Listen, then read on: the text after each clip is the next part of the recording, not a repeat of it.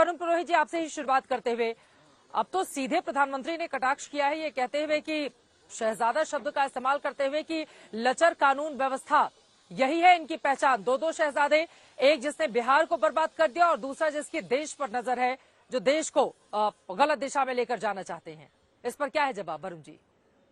चित्रा जी, ये दंगल शहजादे और शहंशाह का नहीं है, ये दंगल पाखंड और यथार्थ का है, भारतीय समाजवाद और पूंजीवाद के पोषण का है, आम जनता की जरूरतों का है।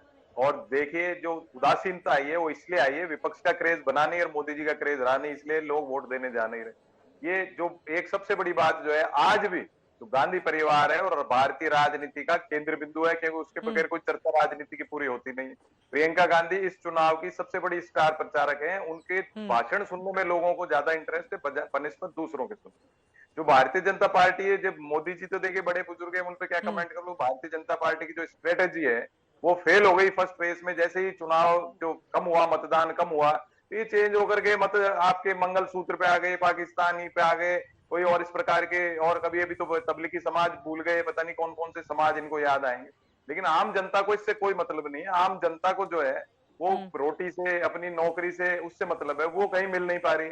तो नेताओं की जो बात आप कह रहे हो, शहजादे, देखो शहजादे ने भी भारतीय राजनीति के अंदर एक अपने को योद्धा साबित किया है। ये बार बार कह रहे हैं भाग गए, डर गए, तो रायबरेली और अमेठी तो पास पास ही, रायबरेली चुनाव लड़ रहे हैं। के शर्मा जी पुराने कांग्रेस का, आनंद शर्मा, सुरेश पचौरी जमाने के कार्यकर्ता हैं, तो वो भी चुनाव लड़ रहे हैं। ये जो नैरेटिव क्रिएट करने की कोशिश की जा रही है कि बीजेपी चाहे जैसे चुनाव दूसरी पार्टियां लड़े, जैसे अपने कैंडिडेट फाइल करें, ये अजीब सी बात है। लोगों को ये सब चीजें भा नहीं रही। लोगों को जो भा रही थी बातें, जब तो खूब वोट कर रहे थे, आज भा नहीं रही है। देखिए, पहले लोगों को इंदिरा गांधी का क्रेज था, तो इंदिरा गांधी को हर आदमी वोट दे के आता था। फिर मोदी जी का वैसा क्रेज मोदी जी का आया पिछले 10 साल में, लोगों ने मोदी जी को वोट दिया। आज के टाइम में किसी का क्रेज नहीं, जनता उदासीन हो गई। तो वोट जो उदासीनता है, ये क्यों है? इस पे फोकस करना चाहिए, बजाय एक दूसरे पे कटाक्ष करने के।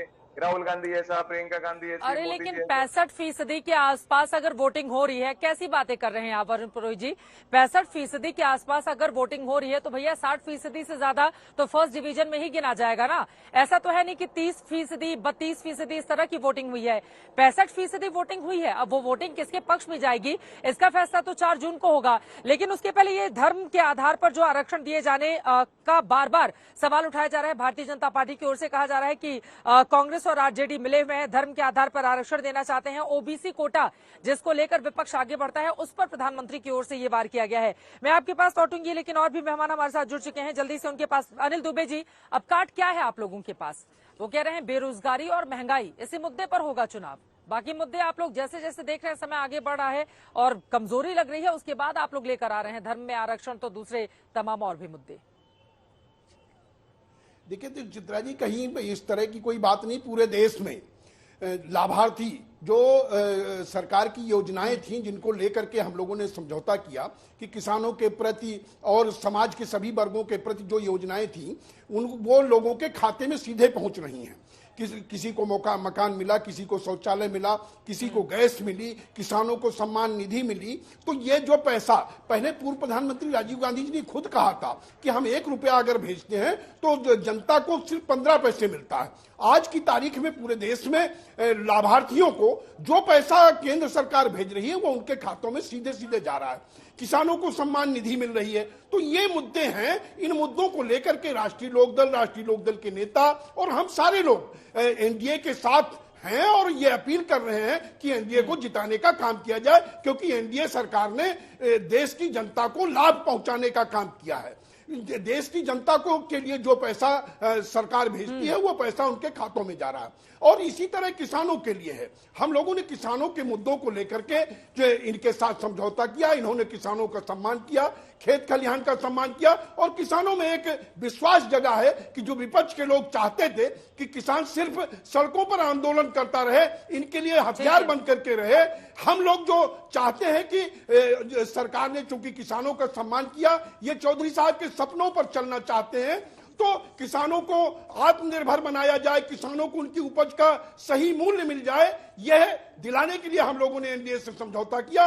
और आज हमारे नेता चौधरी जयंत सिंह जी लगातार किसानों से यह अपील कर रहे हैं, किसानों के बीच जा रहे हैं, क्योंकि उन्होंने उत्तर प्रदेश के गांव-गांव जाकर के किसान जागरण यात्रा की थी उत्तर प्रदेश के 37 ठीक जनपदों है। में वो गए थे, तो किसानों ठीक है। का सीधा जुड़ाव उनसे है और किसान एनडीए के साथ आया है।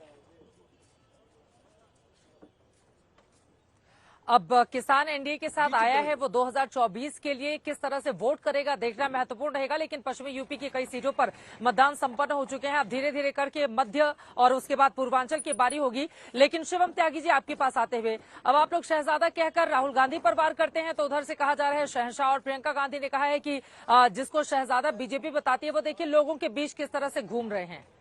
इस पर क्या होगा जवाब आपका? और रायबरेली से वो चुनावी मैदान में चले गए हैं, तो बड़ी चुनौती पैदा हो गई है क्या भारतीय जनता पार्टी के लिए कि बार बार रायबरेली को लेकर तंज कसा जा रहा है? नहीं, सबसे पहले तो चित्रा जी एक चीज कि भाई शहजादे को शहजादा ना कहें तो क्या है। राज परिवार का जो बच्चा होता है वो शहजादा ही होता है। इस देश में जिस तरीके से उन्होंने जो है परिवार की लेगेसी को आगे बढ़ाने की कोशिश की है, जिस तरीके से परिवारवाद बढ़ाया है, उसको शहजादा ही कहेंगे भाई। इसमें तो कोई बुरा शब्द नहीं है, तो अच्छा शब्द है, इनफैक्ट पॉजिटिवली लेना चाहिए उनको। लेकिन एक चीज है, ये पहली बार दिखा है कि शहजादे भी डरते हैं भाई। मतलब जो लगातार डरो मत डरो मत डरो मत कह रहे थे, आज उन्होंने साबित कर दिया कि डर सबको लगता है, गला सबका सूखता है, और खास तौर पर डर उनको ज्यादा लगता है जो ये कहते फिरते हैं कि डरो मत। आखिरकार हमारे बुजुर्गों ने जो ये कहावतें बनाई थी कि थोता चना बाजे घना, और इसके अलावा जो गरजते हैं वो बरसते नहीं, आज समझ में आता है राहुल गांधी के लिए ही बनाई थी भाई। और एक और चीज समझ ले इस देश की जनता, ये टी शर्ट के नीचे सिक्स पैक एब्स, ये बाइसेप्स, इनसे नहीं आदमी में हिम्मत और ताकत आती है लड़ने की। ताकत आती है यहां से, दिल से, जिगर से, और यहां से। और ये वाला माला तो खाली, आपको पता ही होगा सबको।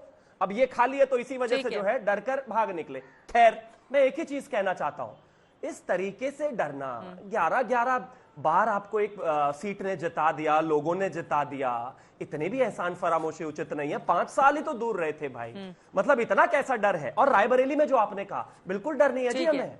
आदित्य सिंह जी हमारे साथ हैं, चाहे ऊंचाहार का विषय हो, मनोज पांडे जी हमारे साथ हैं। 2014 में रायबरेली से सोनिया जी से अप्रोक्सीमेटली 3,57,000 से जीती। जब 2019 आया तो अप्रोक्सीमेटली 1,51,000 से जीती। इस बार हरा देंगे। इसी तरीके से अमेठी में हुआ था, 1,07,000 से जो है श्रीमती स्मृति ईरानी जी हारी थी, उसके बाद 55,000 से जीती। इस बार वो लीड भी 2.5 लाख पहुंचेगी, तो जीतेंगे। हो गई, लेकिन ठीक है, आपके यहाँ बताने वाला कोई हो तो ना। क्या अनुराग भदौरिया हमारे साथ अभी शायद नहीं है? हाँ, अनुराग भदौरिया जी, क्या आप मुझे सुन पा रहे हैं? सीधे आपके पास आते हुए, आप देखिए रायबरेली को लेकर जो स्थिति आप लोगों ने पैदा की, एक तो इतने बड़े नेता जिसके नाम का ऐलान एकदम आखिरी दिन किया जाता है, कार्यकर्ता उधर अमेठी में फूलमाला लेकर तैयार रहे, पता चला राहुल गांधी जी को रायबरेली में उतार दिया गया। अब जब वायनाड के अलावा वो भी चुनाव होने के बाद रायबरेली से नामांकन करेंगे, तो भाई बीजेपी तो तंज कसेगी ही ना। और फिर प्रधानमंत्री भी कह रहे हैं कि वायनाड में हार का डर है, इस वजह से भागे भागे रायबरेली आए हैं, यहाँ पर भी नैया पार नहीं लगने वाली है। आप लोगों ने तो बैठे बिठाए मुद्दा दे दिया बीजेपी को। वो आपको लगता है बीजेपी का काम है कहना, करना कुछ नहीं है। वो कहने के लिए आई है, बोलने के लिए तो आई है, उसको करने का कहाँ है? आप बताइए, 10 साल से देश में भारतीय जनता पार्टी की सरकार है, कभी कहीं आपने सुना कि भारतीय जनता पार्टी ने कोई काम किया? वो विपक्ष की बुराई करने के अलावा दूसरा कोई काम नहीं है। जनता ने उनको चुना था। अगर कोई कहीं से लड़ेगा तो कोई कहीं से क्यों लड़ रहा है, नहीं लड़ रहा है तो क्यों नहीं लड़ रहा है, लड़ रहा है तो परिवारवाद के लोग क्यों लड़ रहे हैं, 2 भाई बहन क्यों लड़ रहे हैं, बाप बेटा क्यों लड़ रहा है। कमाल है भाई। अरे आपको ये सब के लिए थोड़ी जनता ने चुना था। आपको चुना था जनता ने कि आप सत्ता में आएंगे तो जनता के मुद्दों की बात करेंगे, जनता के मुद्दों पे चर्चा करेंगे। जो जनता चिल्ला चिल्ला के बोल रही है कि बताओ आप, देश के अंदर में महंगाई है, उसकी जिम्मेदार कौन है?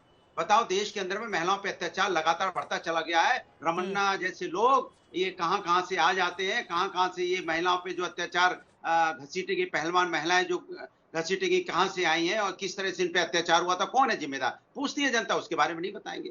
पूछती है जनता कि किस तरह से दूध यहाँ 35 रुपए से लेकर 70 रुपए लीटर क्यों हो गया। पूछती है पेट्रोल यहाँ 60-65 रुपए से लेकर 100 पार क्यों कर गया। जनता पूछ रही है इनसे कि जो डॉलर था, जो आप अपने समय कहते थे रुपया पतला हो रहा है, अब तो रुपया एकदम ही पतला हो गया। डॉलर तो भाई रुपए के मुकाबले 83 रुपए पे हो गया। तो उसके बारे में कौन चर्चा करेगा? जरा बता दीजिए आप कभी जनता के मुद्दों पे बात करेंगे? किसान के मुद्दों पे चर्चा करेंगे? नहीं करेंगे। किसान की इनकम दोगुनी हो गई? नहीं हो गई। हम सुबह से लेकर शाम तक जब भी आप डिबेट करते हो तो मेरे मुद्दे यही 5 होते हैं: महिला, किसान, बेरोजगारी, महंगाई।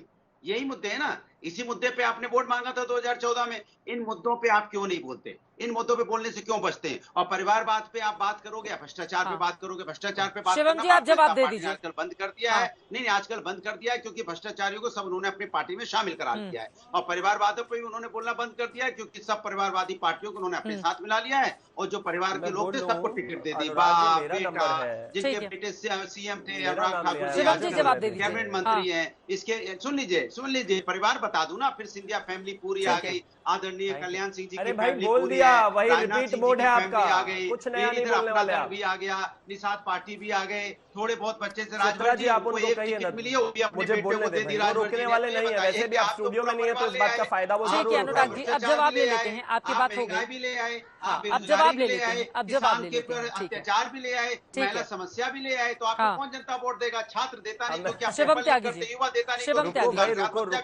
शिवम त्यागी जी, वोट देगा आपको? ठीक है। अब मैं जवाब ले लीजिए अनुराग जी प्लीज। अनुराग जी, एक सांस में आप इतना बोल ले जाएंगे ना कि बाकी लोगों के लिए जवाब देना बड़ा मुश्किल हो जाएगा। आपसे एक गुजारिश है अनुराग जी प्लीज।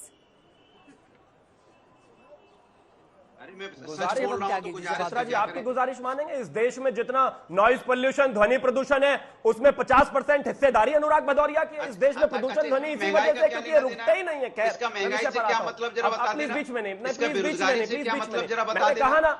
कहा ना पोल्यूशन आपकी वजह से। अब इसको और मत बढ़ाइए, अब इसको और मत बढ़ाइए। बच्चे डर जाते हैं आज तक देखते हुए जब आप चिल्लाते हैं। Anurag ji please, Anurag ji please,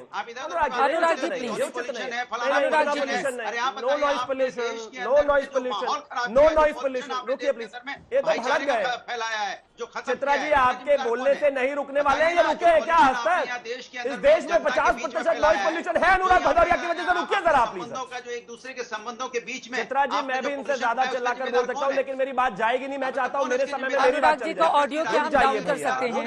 Anurag Bhadauria ji, Anurag Bhadauria ji, debate की एक मर्यादा होती है। आप मेरी बात सुनिए सर। शिवम त्यागी जी आप जवाब दीजिएगा, मैं लौट रही हूँ आपके पास। अनुराग भदौरिया जी, डिबेट की एक मर्यादा होती है और हर बार उस मर्यादा को लांघ कर अपनी ही बातें लगातार दूसरों के ऊपर थोपते रहना अनुराग जी ये शोभा नहीं देता है। और बाकी पैनलिस्ट से भी गुजारिश है।